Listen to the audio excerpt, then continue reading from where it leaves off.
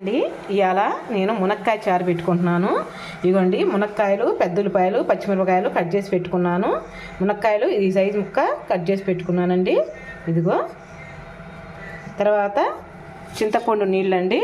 ముందరగానే చింతపండు నానేసుకొని రసం పిండి ఇది నీళ్ళలో కలిపి పెట్టుకున్నాను. ఇంకా స్టవ్ మీద గిన్నె పెట్టుకున్నాక 2 స్పూన్లు ఆయిల్ వేసుకుందాం. ఆవాలు వేసుకుంటున్నానండి. ఆవాలు, పచ్చిపప్పు వేసుకున్నాను.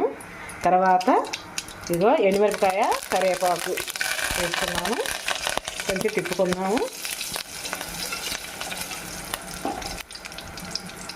ఓకే, అది ఫ్రై అయ్యాక ఇందాక మనం కట్ చేసుకున్నాం కదా మునక్కాయ, పెద్ద ఉల్లిపాయ, పచ్చిమిరపకాయలు వేసుకొని ఒకసారి తిప్పుకున్నాం.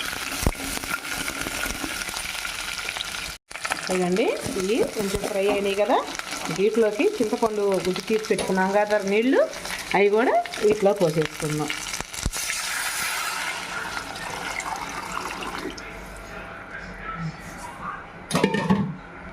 ఈ 2 స్పూన్లు కారం వేసుకుందాం. ఒక్క స్పూను ఉప్పు వేసుకుందాం. పసుపు వేసుకుందామండి. శుభ్రంగా తిప్పుకుందాం, కాగబెట్టుకుందాం అండి. పప్పు అండి వండాను. ఇది శుభ్రంగా జార్లో వేసుకొని పేస్ట్ చేసుకుందాం. మెత్తగా ఉండాలి. వీటిలోనే పచ్చిపప్పు కలిపాను, కందిపప్పు కలిపాను. చాలా బాగుంటాయి చారు. ఈ చల్లగా ఆరిపోయినాయి కదా, ఇంకా మనం ఇది మిక్సీ జార్లో పెట్టుకుందాం.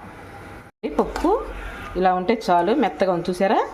ఇంకా దీంట్లో చారులో కలిపేస్తే చారు బాగా కలిసిపోయి చిక్కగా ఉంటాయి. పప్పు దాంట్లో వేసుకుందాం. మొత్తం ఇంకా దాంట్లో వేసుకుందాం. ఇదండి పప్పు వేసాం కదా, శుభ్రంగా తిప్పుకుందాం ఒకసారి కలిసేటట్టు.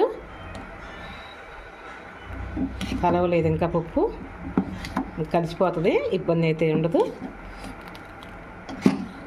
1 స్పూను పంచదార వేస్తున్నానండి. పంచదార ఇదిగో,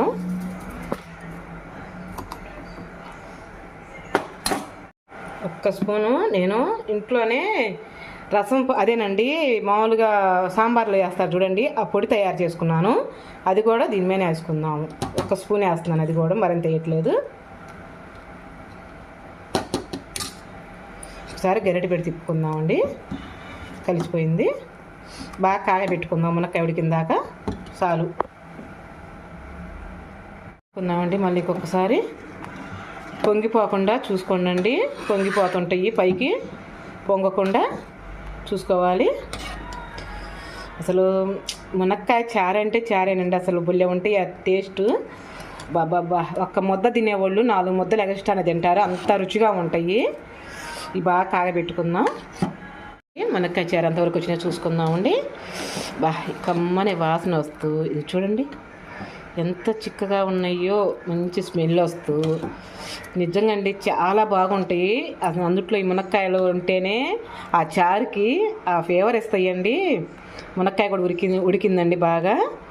ఇంకా మనం స్టవ్ ఆపేసుకుందాం. దీంట్లో ఒక్క ఉప్పు చాలేదని డౌట్ వస్తుందండి. ఉప్పు వేసుకుందామండి. ఉప్పు చాలేదు, చిక్కబడ్డాయి చూసారా. అస్సలు కమ్మని వాసన వస్తున్నాయండి. నిజంగా 1 ముద్ద తినేవాళ్ళు 4 ముద్దలు తింటారండి, అంత రుచిగా ఉంటుంది. దీంట్లోకి కొత్తిమీర వేసుకుందాము. కొంచెం కొత్తిమీర చల్లేసుకుందామండి, ఎందుకంటే చారు రెడీ అయినాయి. కమ్మని పప్పు చారండి, చాలా బాగున్నాయి. నేను కాడలతో సహా వేసేసాను. ఇదిగోండి. ఓకేనండి, ఈ వీడియో నచ్చితే ఒక లైక్, ఒక కామెంట్ అండి. రేపు మంచి వీడియోతో మీ ముందరకు వచ్చేస్తాను.